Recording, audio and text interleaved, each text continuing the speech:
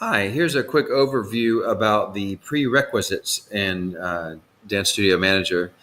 In order to use prerequisites, go to the menu and go to Settings and then Global Settings right there. Okay, and from there, use the search box at the top and just search for prerequisites. So in this case, prerequisite classes enabled, and set it to yes and save it. And I've already saved it, and then that will turn the feature on.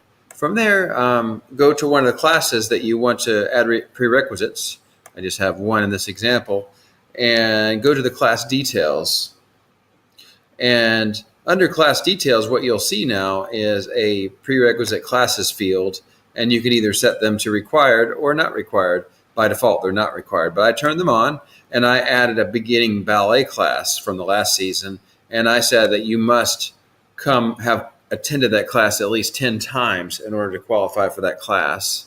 So in the online client, when people are trying to register for classes, it won't show them that class if they haven't met the prerequisite. But the admin can still add a student to class even if they haven't met the prerequisite, but they'll get a warning message first, to make sure that they know that they're doing that. So that's just a quick tutorial, and that's it.